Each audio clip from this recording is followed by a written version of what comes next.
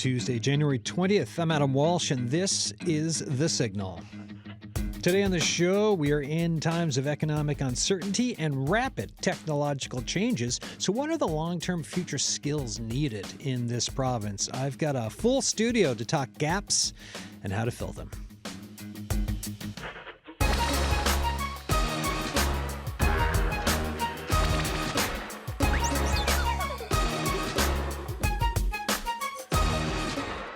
Okay, here with me in studio, Wanda Cuff-Young is back, VP of Operations at Work Global Canada Inc. How you doing? I'm great, Adam. Thank you so much. Thanks for coming in. Rhonda Tulk is back, CEO of the Atlantic Chamber of Commerce. Remind folks how big the Atlantic Chamber of Commerce is, Rhonda. Very big. There you go. 91 chambers and boards of trades across Atlantic Canada, 21 here in Newfoundland and Labrador. Amazing. Professor Tony Fang is back, Mon Economics Prof, Jaroslavsky Chair. How are you doing? Very good. Good to see you again. Yeah, thanks for coming back in. And Tom Cooper, my business prof, is back as well. Hello, sir. I feel we've got you on speed dial lately for CBC, so it is much appreciated. We will have to find a mug of some sort to give you thanks. Well, I always enjoy being on the Signal, and especially with such amazing colleagues here to discuss today. Thanks for coming in. All right, everyone. Tony, we'll start with you, sir. Me and you were chatting about this something you wrote. The line is, employers need, quote unquote, change in mindsets to close skills gaps in 2026. Expert. I feel you're the expert in this. So can you tell us, give us like the opening bit on your thoughts on the change of mindsets and what you've been looking into for studying for Atlantic Canada or Newfoundland and Labrador. Pressure's on. Yeah, pressure's on. This is it. So, we just released a major report and on the future skills facing Atlantic Canada and funded by COVA. And the main message from that report is that business now must move away from the old hiring model of focusing on job descriptions and job specifications to both current and future needs of organization and dealing all kinds of strategic risk. And unfortunately, 1/3 of the business in Atlantic Canada facing prolonged labor skill shortages and hiring difficulties. And many of them still focus on kind of short-term hiring problems and credentials of the candidates, the education attainments and skills and so on, but not on the long-term workforce planning and also future skill needs, right? There's this big challenge, especially in light of the current economic uncertainties and demographic shifts, and also the dramatic technological changes, including artificial intelligence and other advanced digital technologies. So they must actually take action, right, to be more proactive in meeting both the current but future challenges in the labor market. Because what happens if they don't?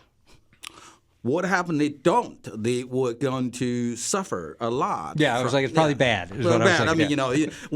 Most important thing is that they're going to have this, long-term labor skill shortages. Not only that, but they feel a lot of organization at risk, right? In terms of not be able to deliver the desirable performance, right? And that actually put them in competitive disadvantage. As you know, Canada is actually lagging behind in productivity performance compared with most OECD countries, especially the United States, and largely because, lack of competition.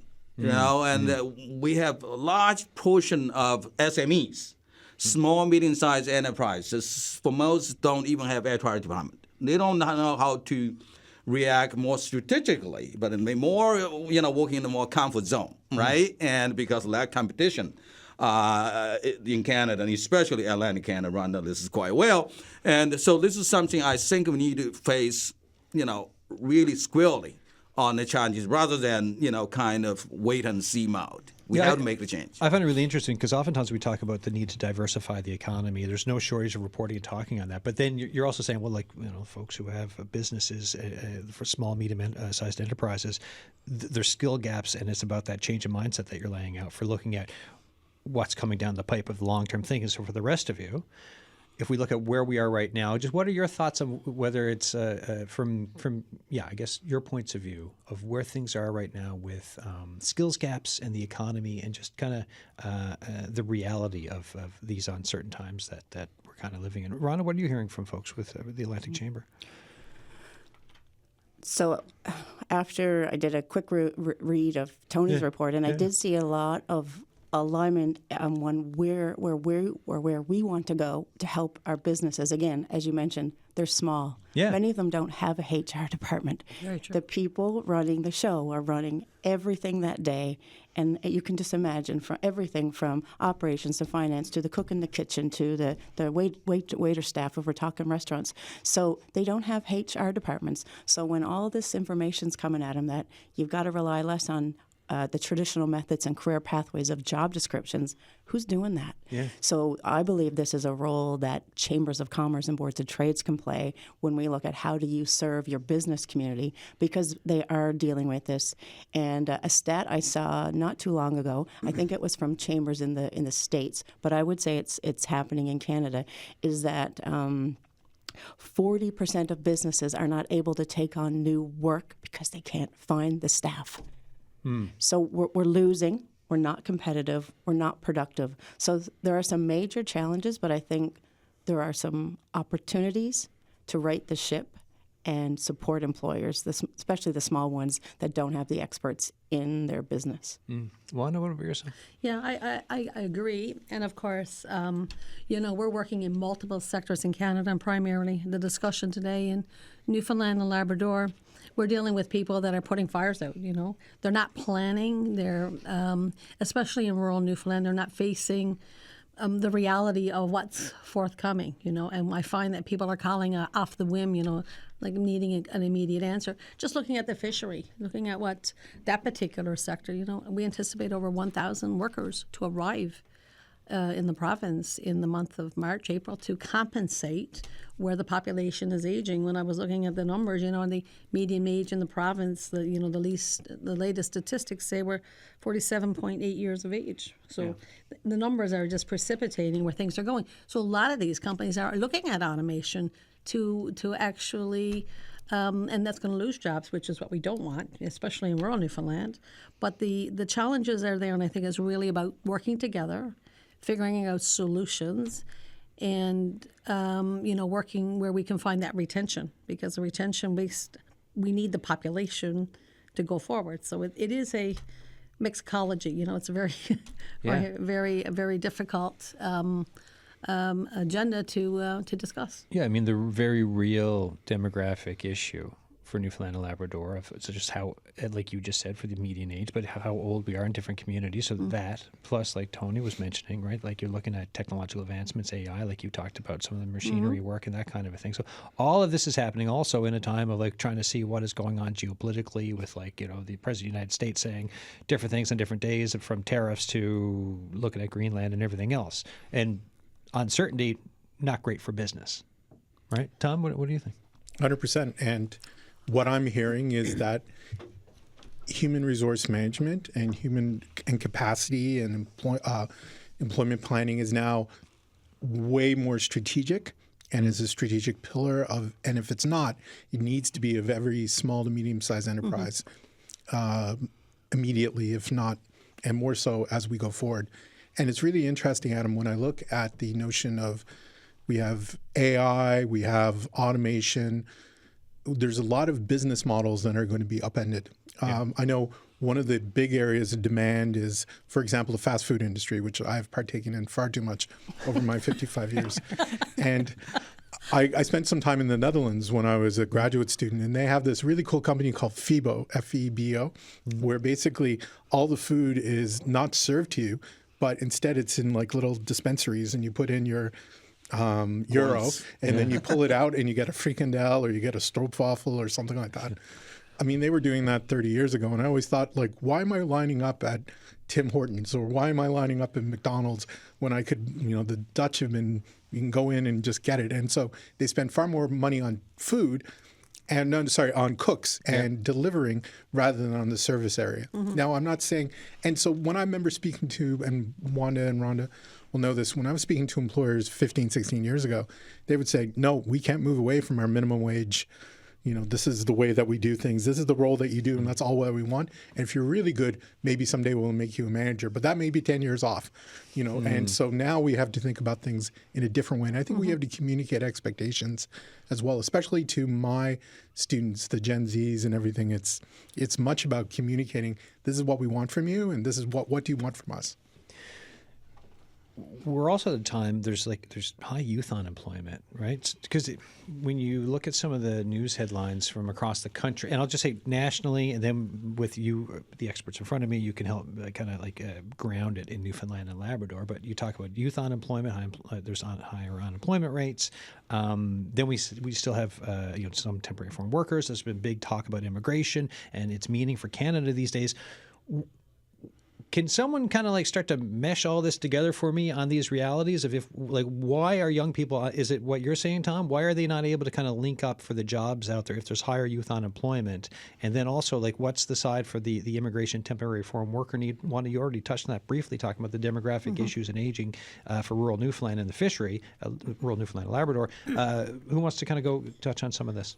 Go for it. Well, I can start. I mean, we always, and it's always been, our goal is to always hire local people and local applicants, but we find they don't apply, and they're not interested. I've got children in their early 30s, and they're very set on their careers, what they've trained for, and very focused. But I find in general in my office, we reach out to people through the jobbing. We do everything to encourage local people to take this employment. But in rural areas in particular, the population's not there. No, so exactly. You can't just go there it's to not live. a youth unemployment issue. You're not having the young folks to do that because a lot of times they're coming into town or going elsewhere to live, and the communities don't have them. Exactly. So as well, often when we present some opportunities for graduates, because a lot of the university graduates come to me, and they're often studying, there's a mismatch. They're studying in the oil and gas industry, and they're driving an Uber, and they're looking for a job, those jobs we don't have. And then there's such a mismatch in trying to find where they can go and how they can get connected. And then, of course, some of the jobs mean you have to leave the Avalon region where the infrastructure and resources are. And a lot of people in healthcare, and if they're single and maybe there's a spouse involved, they don't have the inclination to go live in a rural part of the province due to distance and other things. So there's a lot of challenges in those regards. We try to make the opportunity going into Labrador to work. A lot of, Labrador brings a lot of unique components. It's rich, it's beautiful. I've been to Labrador many times. We all have, but sending people there that want to live and stay and settle in Labrador is a unique challenge. But we've been fairly successful. But it's a slow, tedious process and high education for that retention. So.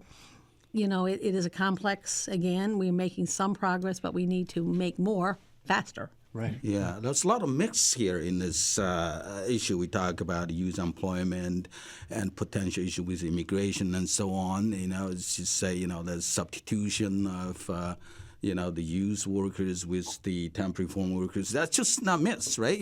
Think about, I ask a lot of questions in my class. Are you interested in those kind of fish plant jobs? Yeah. None. None of them really said agriculture, none, right? So even tourism, those kind of low-paying service jobs, just local youth not interested, not willing to take. There's another one is at the high end, right, especially the skilled trades. We don't have enough, we haven't trained enough people to fill those jobs, right? So this is kind of, the economy of the labor market. You have the high end, you couldn't find local workers who were able to perform the job. Then you have the low end, low skill, minimum wage jobs that the local workers not willing to take. So I give you one example. During the COVID time, one of my students was a manager, a front desk manager at McDonald's near the campus, and he supervised 5 staff members and 3 international students, 2 locals. The 2 locals didn't show up during the COVID time, of course, risk. And the 3 internationals showed up. So, the 3 reasons, I remember in our survey, 800 employees across Atlantic Canada, 88% of the employers say they had a very positive experience hiring international students, immigrants. The 3 reasons: number 1, strong work ethic, hardworking, reliability, and the strong qualifications. And you mentioned that, the highly educated, they can adapt to those kind of new labor market requirements and skills and competencies and pick up very quickly. So I think that explains a lot of those kind of myths or misperceptions about the youth employment and labor market issues in the province. We've got, for the show, if you've got thoughts for us, right, on gaps, right, for skills gaps, either now or looking down into the future for Newfoundland and Labrador, if you want to get in touch with us, text us 709-327-8206. Email us thesignal@cbc.ca. And Mr. Dick Whitaker is on the line with thoughts from Portugal Cove, so we'll take that call. Mr. Whitaker, how you doing? Oh, very good. I've got two different things. Yeah. I've been encouraging the province to work hard on getting Quebec tourism into Newfoundland. A part of that is to set up enough EV charging stations, because they have the most EVs in the country, except Ontario, I think. EV owners are environmentally minded, so they like this place. Quebec France at one point owned Newfoundland. There's all kinds of historical reasons to encourage it, and all this kind of stuff. And you can build a whole industry on the back of it, and even enable them to get to St. Pierre through here, and all this kind of stuff. So it's a natural, and it means booting up the ferry stuff and so forth from Labrador, but they can drive here. That's the point. And not the terrible problems we're getting across the ferry in Port aux Basques, as you know. Plus, there's opportunities for them in Labrador. So that's the one thing. And I'm told by my son, who works with Gross Morin, that there are quite a lot of French-Canadian visitors there now. So it's a natural, it could quite possibly double our tourism. Yeah, no, great idea. What's the second point? The second point is that the province cannot afford not to look after MUN. The brains for tomorrow are going through there. The brains of yesterday have gone through there, to a lot of them, and so on. And it's just foolish to let it go, under and so on. I'm told that they're not employing any temporary lecturers this year or something like that already. So, and at least one of the student leaders has said, look, freezing tuition is okay, but you can't do that and not look after the other side of it, Totally, yeah. That was out from one of the folks at Munsu, yeah. Can I respond quickly to sure, I think Tony, it's a great idea. The first one, Whitaker, bringing more tourism business. I just mentioned in the beginning, we do a wonderful job advertising our tourism business to the outside world. And so we do have the competitive advantage, and also provide a lot of good jobs for our local youth and international students on campus, on campus. The second one, I think, sometimes a little bit short-sighted not to invest in higher education, and simply because you don't see the immediate return. But that doesn't mean that we should not invest, because you have many years amortize investment, right? Yeah. For youth, you start early and the return keep coming. So I think exactly. I mean, look at other countries, Norway and Sweden and so on. When they get a royalty from the oil and gas industry, what do? They put in higher education. They put in advanced technology. They put in the sovereign funds for future of the province or the country, right? So this is something I think we need China mindset as well. In terms of short-term focus, we should focus on long-term future prosperity of the country in terms of strategic investment. Yeah. Mr. Whitaker, anything else before we let you go? Well, I'll just go back to the Quebec thing for a moment. We spend a fair amount of money on French immersion in the schools. So what better thing than to have, some kind of relationship to that kind of tourism, to build it and strengthen it and all the rest of it. And that opens all kinds of other jobs for people. So, one way or another, it seems to be a win-win situation, and it does very much. It plays into helping the remoter communities to stay alive. Places like Conch, for example, and all those places around there, Lanza Meadows and these kinds of things, we've got plenty of assets We just have to, we've done the damn good with a lot, as you said, with the tourism ads so far. We just have to push it a little further. Thank you, sir, as always, for your points and your calls and your thoughts. Thank you. Bye-bye. All right, cheers. Dick Whitaker there, Tom. I've always been really intrigued, Adam, by the concept of, especially for white-collar workers, if you're in a place like Toronto or Montreal or a big population center, usually you get sucked up into these new jobs that come up with companies, and they could be, analyst this or analyst that. And we don't have a lot of those big companies except for government to suck up those kind of analyst, beginner type of jobs. So when we look at the small to medium-sized enterprises, there's really no sometimes distinction, as Rhonda was saying, between the white collar and the blue collar. I mean, one day you could be filleting fish, and the next day you could be in Boston selling fish. And that really points to what Mr. Whitaker was talking about, the importance of MUN, but the importance of making sure that we balance it. It's just not sitting in a classroom and talking about the theory, which I love, but it's also the experiential and getting into those places and really knowing what that means. And moreover, setting expectations that, yes, you may start your career working in logistics, which is, moving things from point A to point B in a fish plant. But if you work well and everything goes well, then at one point then you're a manager, and then you're doing all the analysis around how do we make this better, et cetera. So I think it's as much about adaptability and really kind of setting out where the career paths are and where the career paths are not. And that's okay. Like if you just need, and this is one of the things when I was younger is that, this is not a job forever, but we need you to do this job for maybe 2 months or 2 years or 6 months as a summer job. And I think that's one of the things I think that we miss at the university sometimes is really kind of setting those expectations. Yeah. I want to just speak to that because I think your points are very well articulated. I end up meeting most of the students at the end of their education, and I often find there's a big, like they've been in an academic world. They've been here, from all over, the province studying, and others from outside. But they're often not really familiar with the real world, where the jobs are, and they look to place them in terms at the end. And I think we need to relook at that. I think they need more intervention and know what the real world is like in the jobs and what's going to be required of them. It's no good to go to a teaching degree to come out with an expectation that you're going to work in a school board here. I think we need to change the way and they start preparing for that and get connected to the right organizations, because I just recently went through a whole process with a graduate, and they were really great in academic, but they're socially can't function in an office. Yeah. They haven't had that experience. Like for me, way back in the late 90s, early 2000s, for me it was doing maintenance with my dad, working at a fast food restaurant, Golden Arches on Commonwealth Avenue, Mount Pearl, and then I joined the military. Right. So that was that life work experience to get to help me kind of for everything you're talking about. Exactly, but I think often they go through with an expectation.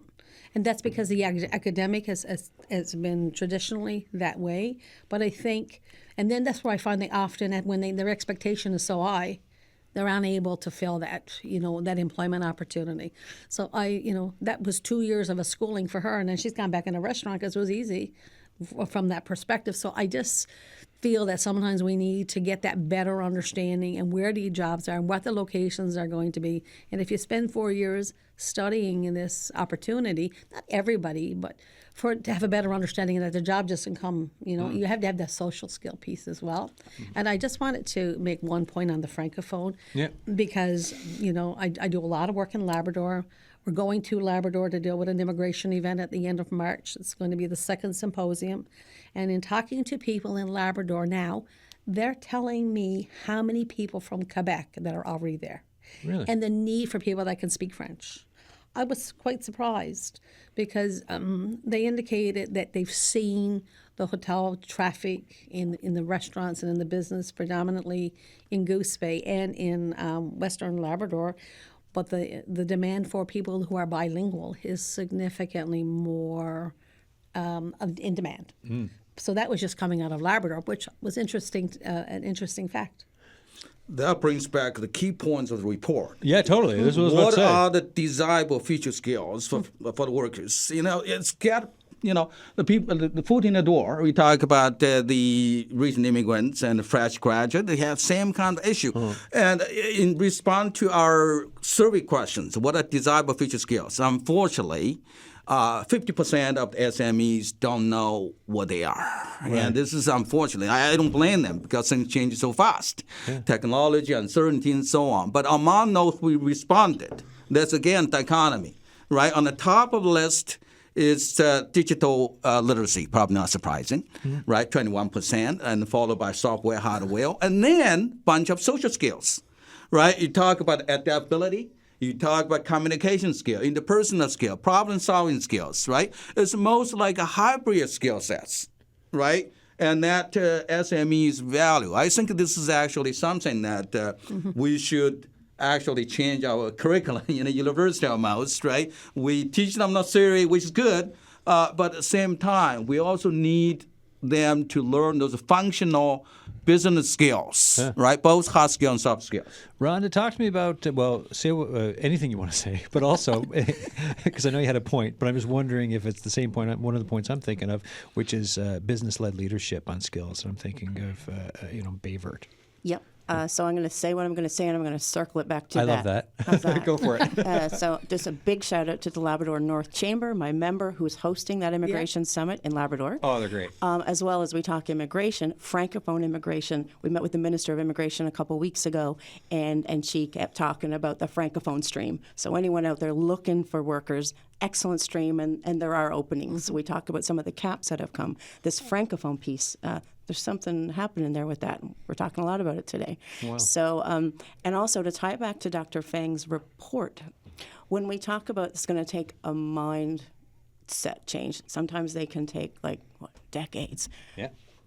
We're lucky though, because employers can move fast, and they have to move fast or else businesses can shut down. Right. So I think they will get this, and they will move fast when they know they need to focus on, for example, not putting out the cut and paste job ad that says I need a master's degree. No, what skills do you need? We're going to have to help them drill it down to that skill level versus the credential or the trade, because when you look at certain things, you may be able to do many things that a particular job needs, but sometimes you don't look at what's needed during that day to in that job. And if you can articulate that, I think you're going to get more applicants. When you just say, I need a business degree, you've knocked out anyone then that doesn't have that, but might have 60 bunch to of 70. experience. Yeah. So that's what I wanted to, I think your report is leading to that. And the initiative that I'm super excited about happening right now for the first time in Canada, in Bayvert, in the mining sector, is the talent pipeline management model. So what does that mean? So it is an employer-led model, and we're partnering with the Newfoundland Labrador Workforce Innovation Center and Future Skills Center to be able to do this. What it means is that employers drive it. Normally what happens, you'll form a task force and you have all players around the table, which is great. And I've sat through many of those for a long time, my 20s, my 30s, my 40s, right? And you get a lot of things happening, a lot of issues. Where this model is different is you bring your employers to the table, employers only. They tell you the problem, a common problem. We solve that problem. Right. And right now we're trying this in Bayvert because we know over the next, I'm going to say a half year to a year to 2 years, they're going to need about 1,000 workers. Bayvert only has, the peninsula, 1,500 people. Where are they coming from? So we are super excited to be working with Newfound Gold, Shoreline Aggregates, and Fly Metals to solve and try this model with one problem and solve it. And we'll take the next problem. So with this model, you can run many cohorts solving problems, but you pick one problem. So right now we're trying to find their biggest pain point, and we're going to solve it through 6 strategies. Right. It's really cool. What have you heard anything on the pain points so far? Are they still talking about them? What are you hearing? Yeah, so... I mean, other than the fact they need 1,000 workers and there's only like 1,500 in the region. So, as I said, what happens is around this table it's really confidential. Because So number one success is to have multiple employers competing, usually for the same workers, around the table to build a pipeline. Right. So I'm already happy and having success that they've built a kind of a coalition or a cohort, as we call it. And we are trying to figure out what that common pain point is. Right. So because there's only 3, I don't want to speak to some of these, Yeah. but we will be releasing reports that rolls up the data that we hear and share it with the local municipality government. What we'll do next is bring on a post-secondary. Once we find the problem, we go to market to find a post-secondary provider that can produce the training, depending on what the problem is. For example, we're hearing mine engineers. Yeah. That's a little bit longer. Yeah. We're not solving that in 3 months. No. But there are other things we can solve, but we want to work on that. So for anyone that's interested, this model can be deployed in any sector with a host organization and a facilitator. And it's not rocket science. There's nothing new, but you let the employers lead. You listen to their problems, and you solve them. So you're getting real-time labor market information fast, and you can change. And we're asking them to go back and dig into what they're doing, and they may have to go back. They're going to do surveys for us and look at. One of the things we're doing right now is to look at the skills needed for a particular job if they identify that job. And they'll come back with a list of skills, and we're going to go, oh, okay, so do they need college? Can they do it with a university degree? Can they do it without it? So can we go right from high school to get them in? Maybe not. Maybe they need to go to university. So these are the supply-demand things you dig into, and they like it because you're talking the language of supply chain management, but in talent and human resource. Thoughts on that? Yeah, well, I've been aware of it. I mean, Rhonda's been talking about it, and I've been monitoring a little bit what's going on in Bayverde. I think it's a great idea. It's new, and it probably should have been done a long time ago, but I'm grateful now that Rhonda's taking the leadership on that. I do want to go back. I mean, I've been in this immigration business now 15 years. We're dealing with NAC codes and job descriptions. You know, the immigration system as it's structured on the immigration side, there's a lot of things that need to be changed to brought more current to what the demands are. And because everything is geared to, you have to fit into a particular whole, you know, it's guided in a particular pattern. So we see it, and, you know, we're often challenged by, you know, having those things fit into a particular a skill set, and it's often the practicality of what's really needed. The candidate could have it and not be able to do the job because they just don't have that in their education. So there are some dynamic in that piece. I do want to speak to the Francophone piece that Rhonda mentioned, because Francophone candidates who come to Canada to work come similar to those who work in fisheries and agricultures. They come as temporary farm workers. So they're easy to come. There's a major mission in Morocco and Tunisia in the first week of February. Canada's heavily participating in that. You know, we structured down on our immigration numbers to just 2,500 permanent residency seats, you know, which is not allowing us the numbers to keep going where we need to be. So a lot of organizations in the province in various sectors, any sector, can utilize this program, but it doesn't count in the 2,500. So it's a program to use outside of it to bring in people classified as temporary farm workers, meaning they come here temporarily. They can be extended or they go home. So that's a gapping, and it's an easy program because it's a direct to work permit, and candidates can arrive in the province here within 3 to 4 months. With some of the international student changes, with the immigration changes that came in under the Carney government, what do you see for some of the impacts for Newfoundland and Labrador, and what's needed because of the demographic changes and everything else that's going on for the workforce that you deal with? So it's always been our goal to try and find families who want to live here. You know, I'll go back again. We want people to stay here. We want people to remove back that we're from our province if they can find the right employment opportunities. There's a potential market. But, you know, I'm usually brought in when all of that's exhausted and we can't find a solution, so we have to look to the international, look to the intermarkets to do that. It's fisheries. What other types of jobs are these? So we're working right now in the fisheries. We're working in construction, in the hospitality sector, working in healthcare sector.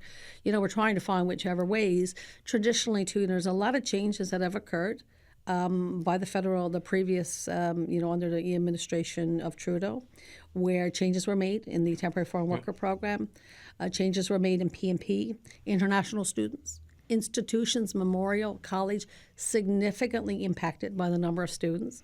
That in Ontario is going to have a significant impact because students are going to stop coming here. So we're going through a system now where they arrive here and they're working in gas stations, they're working in food, they're working in the service industry primarily. But they're not going to come from Ontario. They're not going to come from the college because they're not coming here to enroll.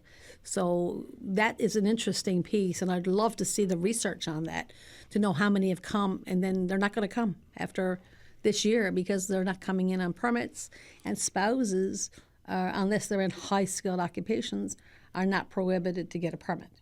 So those long-term impacts are going to be worthy of consideration, how that's going to particularly affect rural Newfoundland and in particular, I think, the service industry here. I just want to catch on that a little bit. I mean, the cut itself is not just a lower number of temporary foreign workers, international students.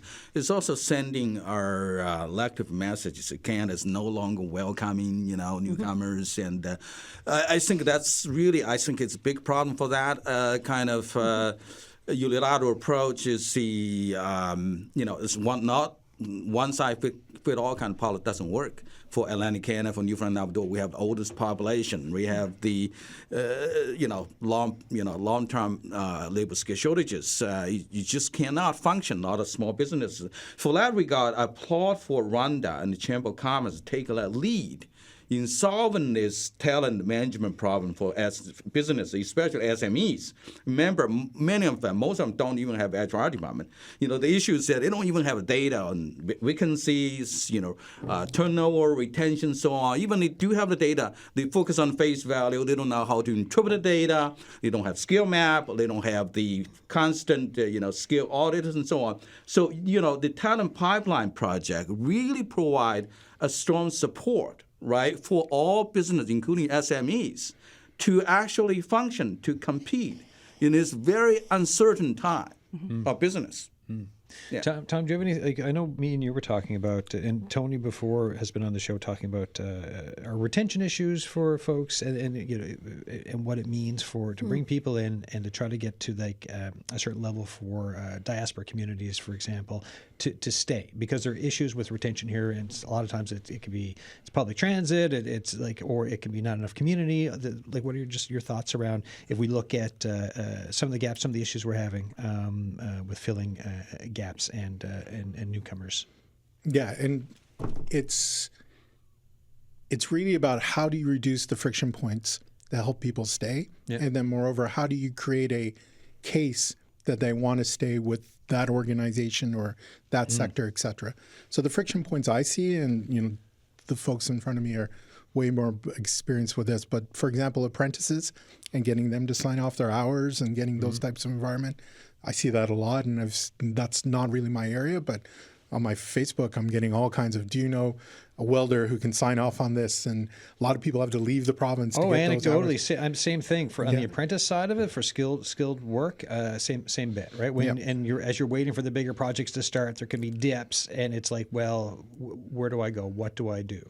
Sure. And the second thing is, and I see this with my students, is that they have family or they have community elsewhere in the country, and they're more inclined to go to Toronto because they have a bunch of relatives in Toronto, or they have a bunch of friends who've moved to Calgary, et cetera. And we did that as Newfoundlanders, and we followed up. There's all kinds of pockets of, whether it's in Cambridge, Ontario from 40 years ago, working in the factories up there, to Alberta or Toronto, et cetera. So that's not unusual. But how do you make sure that people can find those communities? For example, the Filipino community keeps on growing and growing from and everywhere. And my awesome Nigerian students, they love it here. But one of the things, Adam, and I'm not sure how you even do this in practice, but Adam and I have lived in large cities before. Yeah. Like if you live in a place like London, England, where I lived for 7 years, or Lagos in Nigeria, or elsewhere, and you come to St. John's, not even thinking about going to Bay Verde. Yeah. That's a different experience. And so that may be just having those conversations and saying, where do you want to be? And and part of that's communicating what the great things about life here are and what you may be missing. And so, for example, when you arrive here, if you want to be employable, you almost need a car. honestly. And we do have a Metro bus, and it's good, and it's good for the service sector.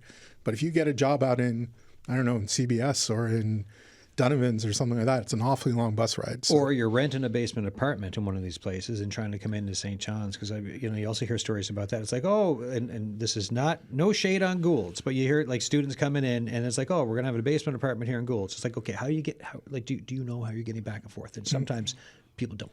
Yes, and so I think and this is the adaptability. It's the mindset. It's moving to a learning organization, as I like to call it, where we're giving people the knowledge about not only what we need you to do the job, but how do you succeed? How do you succeed here in Newfoundland, Labrador? How do you succeed in Canada? And how do you succeed in the job market that you are right now? And that may be some training. That may be some soft skills stuff, like you say, in terms of what's going on. And it may just be, once again, helping people to get on to their next job. So writing them really good recommendation letters that are fair, saying, you're really good at this, to pick up Wanda, your point. You're great in terms of your work ethic, but you really got to work on your soft skills. Mm-hmm. So if you're hiring this person, do not hire them for soft skills right now unless you're willing to invest in them in terms of doing training. Mm-hmm. Are there education gaps that we need to fill as well? When you look at, for example, a story the other week that my colleague Colleen Connors did on, I think it's CNA's wind turbine program that they had for maintenance on them. I think there was like 5 students in it. Mm-hmm. So I had done a previous show where this is like, hey, this is adapting to the shifting economy. We're looking at where things are going with trying to decarbonize all of this. And then, in what may have been, people were looking at the possibility of a green hydrogen world of being produced. And now all of a sudden it's like, well, what's happening with wind turbines? Should we go into this education? So that's one example. But you've got the university, you've got CNA, you've got the looking ahead to the future of jobs with AI, with mining, everything else. Are there education gaps right now for the future skill sets that are needed for this province and where things are going? The big problem here is that our education system is so structured, right? Tom noticed so well how many years you need to change the curriculum, probably 4 or 5 years. But, the economy, changes so fast. You talk about all this emerging industry and businesses, right? So I think to some extent the college system move a little bit faster, especially in skilled trade training and so on, but also in terms of in-house training, on-the-job training, build up the skill. Not just always hiring from outside, but building your external competence and capacity. But still also, a lot of the young students and workers now rely on micro-credential. Right, to pick up the skill that is hot in the economy, right, and they can actually meet all its needs of new economy and so on. So this is all potential solution to that. I think one of the strengths of Memorial is something that we're going to have to lean into more, is which are our cooperative programs, like in engineering and business, et cetera. And moreover, that's and other sectors. Sorry, I'm just picking the two because. And those are the ones that they typically come to mind. Yes, right? yeah, At least no, for indeed. me, I'm a business school professor, and engineering is right next to me. But there is in like economics and in HKR and all those areas. But it's also working as cooperative going to employers and saying, what are the skills that you need, and how do we fill that? Whether that's in the classroom, which is really, really difficult, as Tony mentioned, or outside the classroom, where we can do stuff like soft skills training. We can do some, initial AI training that we may not be able to do right now in the classroom. And so it's that kind of middle part. And I think Memorial's well set up for that. We have the facilities and the college and, Key and Tech and all these other private. Loads of micro-credentials with Key and Tech. They do it all the time. And so it's also, once again, figuring out what employers need. And that's the most important thing. It's not what me being, gray-haired, gray-beard professor telling employers what they need. It's the other way around. Exactly, which goes to Rhonda's earlier point. Go ahead, Rhonda. It does, and that it sounds easy. And when we talk to the governments around the big pot of money that comes in through the Labor Market Development Agreement, and anyone working in any of those spaces will know that governments are supposed to consult with employers around that money, where it goes. But life's busy. Employers are busy. Tom's busy teaching. I do, again, see a role for the chamber to make that connection to ensure our post-secondary institutions can have a focus group with a group of employers when they need it, and we can do it more regularly, because I think we are lacking in that area. Maybe it happens maybe once a year. Like it's just with the fast-paced world we're living in, the skills are changing so much. We need to know what things the employer needs now, and then when that instructor or when they're doing the curriculum reviews, and we just need to be talking more and sharing. And it's hard to get done because life's busy, but it's no longer an excuse. We've got to provide these mechanisms as well. I'm thinking when I look at my colleagues in the chambers in the United States, they're really entrenched in the K-12 system. Right. Here, I find in Canada, we're not so much. As much some chambers are really active, but I do believe again we can play a role in working right back in the K-12 system before they go to post-secondary to expose them. So I know if there's something happening really cool down in the Burin area, or if it's aquaculture, are they connecting with the students in high school there? What's happening on the ground there? What's happening right now in the Northern Peninsula with all the cool stuff that's happening up there with Sabri and the K-12 with the students? Right. We can do some easy things that will not cost a lot of money. It's having the employers, and I know when I ask an employer, will they go in to present at a career development class? They're there with bells on. But it's just having someone with time to make that connection and find the employer to go into the school. Because it gives such context and perspective. Like it's such an earlier starting age, of just kind of starting to know, oh, this is available, this is out there, this is what I might need for this, this is an interesting idea. And instead of having those old thinkings, because I know, again, going back to the project we're running in Bay Verte, and I was listening to Amanda McCullum, who's doing such a great job at mining in Alberta. Yeah. She's been on the show. rocking it. Get it? Yeah, rocking it. Oh. Pardon the pun. And she shared a slide where a prophet asked a high school around their, when I say mining, what do you think about? They're still in that old school, dirty, filthy, bad for your lungs type, when the whole world has changed. Yeah, their mentality on it, a lot of times people's heads go to a stereotype as opposed to the reality. Right, versus Minecraft. Yeah. So are our local mining companies advertising on Minecraft? Would. Yeah. They're probably not, but I would. No, it's smart. That's where the kids are playing, and my kids are learning all about different things they're mining, and I'm like, they threw out some critical minerals, and I was like, well, how do you know about that? Yeah, where'd this come from? Minecraft. Yeah. Cool. Okay. So there's some really cool things we can do. But again, I know it sounds cliche about working together, but we really got to solve these problems. Well, like you're saying, it's communication, right? Communication and understanding, getting the word out, and having it from from young folks through the colleges, university, government, businesses led, all of that together, right? Like because things are not cut and dry. It's all complicated, but the more you know. Yeah. I was just going to say, all of these are great points, and I'm glad we all work together because, and the key point goes back to where, what Rhonda was saying, young people getting that exposure, helping employers with the limited amount of time they have. I recently sat in on a session with the college about the courses they're offering. I'm just going to bring up an example because they were teaching medical records and, the old-fashioned. Everything is going electronic now. So the need to hire those sorts of people are not going to be there anymore. People doing courses like that, the courses, going forward. In the research we looked at, the demand in the next 10 to 20 years are going to be in the skilled trades. Electricians, welders, carpenters, industrial mechanics, healthcare. You're talking about, all the allied health professionals, lab technicians, and we got to be teaching these courses, or we got to find ways to, find ways for local people to do these courses, or we have to find another way to bring them here, to fill that. We got the digital and tech sector, cybersecurity, data analytics. That is not only in tech companies, but it's in insurance companies, in departments of government, those things across platform, The green economy, our renewable energies, the marine and the offshore, looking at our Marine Institute and making sure all of those programs are full of new graduates, working as marine officers on vessels, shortages all over. So these are great opportunities and employment, careers. You got to get the education. It's complex, but we have a bright future. We just got to make sure we have the vibrancy of and the education with the employers and the communities to fill those gaps. Yeah, it's the for Newfoundland and Labrador, it's looking at the pipeline here for who we have, who's coming up through the school system, who's coming in to live and work here, and how to match skills, educations, everything else with the jobs that are going to be continuing into the future, not the ones that might disappear because of AI and technological advancements and all of that stuff, but the ones that, like, we're still going to need electricians no matter where things go, and people to build homes and all. So it's just like you said, to look at what is actually coming and what we know, or for a good estimate, can still be real.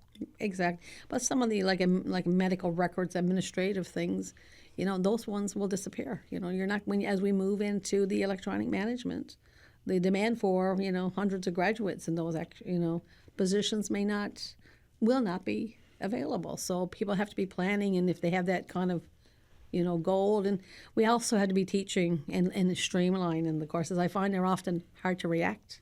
Yeah. I really felt sad for all of the especially in some of the categories at the university where they're waiting for activity in the oil and gas or mining, they're waiting, but they need work now, and they're filling those working in fast food or on Amazon or doing whatever, but there's so many of them, and I feel they have so much talent and want to work, and they're local as well, and but that opportunity doesn't exist for them now, so that's very sad, Final thoughts? Yeah, so about a minute left each. Go for it.